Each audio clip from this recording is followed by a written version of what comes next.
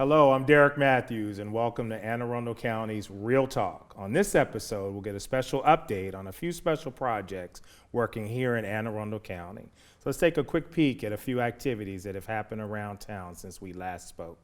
We had several trunk and treats going on with our public safety and first responders, and they made great progress this week with our Safe and Thriving Communities, our initiative dealing with gun violence, where I personally took a trip up to Pittsburgh to work with our partners from around the nation who are also participating in this comprehensive approach to youth and gun violence suppression. We're going to take a quick break, but when we return, we're going to have some real talk with Sharon Blugis, who's working on our special project concerning the census, and she works for the Community Outreach Division, and we'll be right back.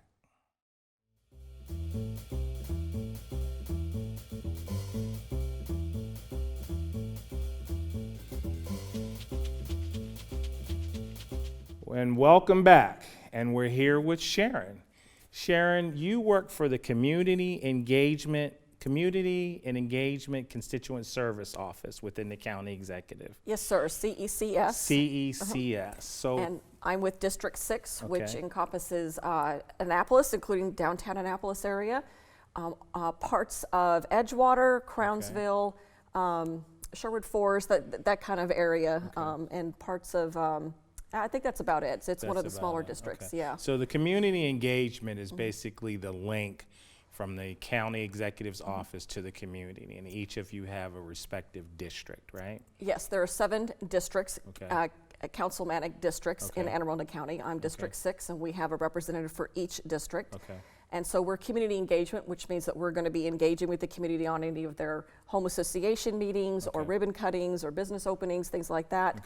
And then the constituent services portion is if you have a trouble finding out about a local code for planning and zoning, or you guys are the person how do you trim your trees, or those kinds of questions. Right, awesome. So we're here today because I'm really excited about something that you're doing. It's a huge project, and I know you're very busy with it. It's a special project dealing with the census. I want you to talk to me a little bit about what is the census, all this hype and talk about the census. Tell me what's going on with the census and what you're doing. Well, I am the Anne Arundel County census lead, the government lead for it, and it is very time consuming, I can tell you. And basically the census is mandated by the U.S. Constitution, Article 1, Section 2, which mandates a head count every 10 years of every person living in the United States, Puerto Rico, and islands of the United States. And this includes counting people of all ages, even newborns, races, ethnic groups, citizens, and non-citizens. Everybody gets counted. So just let's kind of walk through a little bit, because a lot of people are talking about it, but I don't think we all understand, one, how important it is, but two, all the work that's going into it. So are people actually going out knocking on doors and giving information? I think that might be a little bit of a misconception. Eventually, they're called enumerators. They will come to your door, but that's only after if you've not responded online to the questionnaire, or you haven't filled it out, or you haven't called in. You know, if you haven't done either of those things, then somebody from the Census Bureau will call you first and see if they can't get you to go ahead and fill that questionnaire out, or do it over the phone with them. And then if they still can't get any information, then they will actually send somebody to your door. But that wouldn't be until well into July, August, September of next year.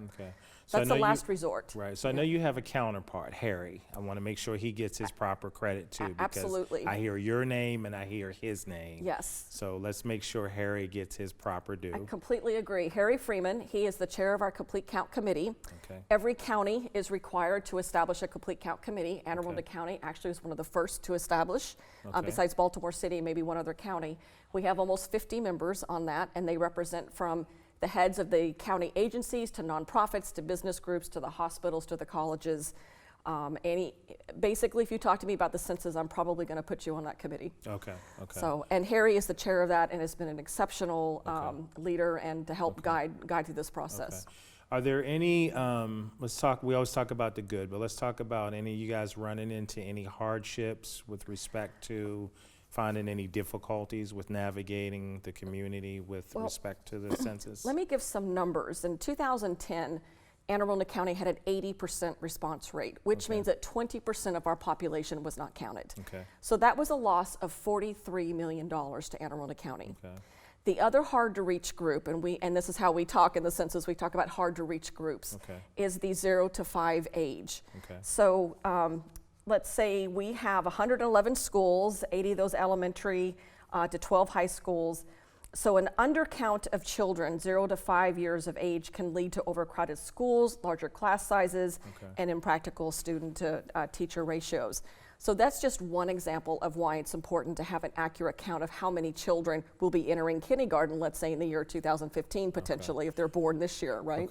Right. So since it's such a heavy lift, because it sounds like this is something we could talk about really in depth, so I'm gonna have to bring you back, and maybe we'll bring Harry back next time, and we'll dive a little deeper.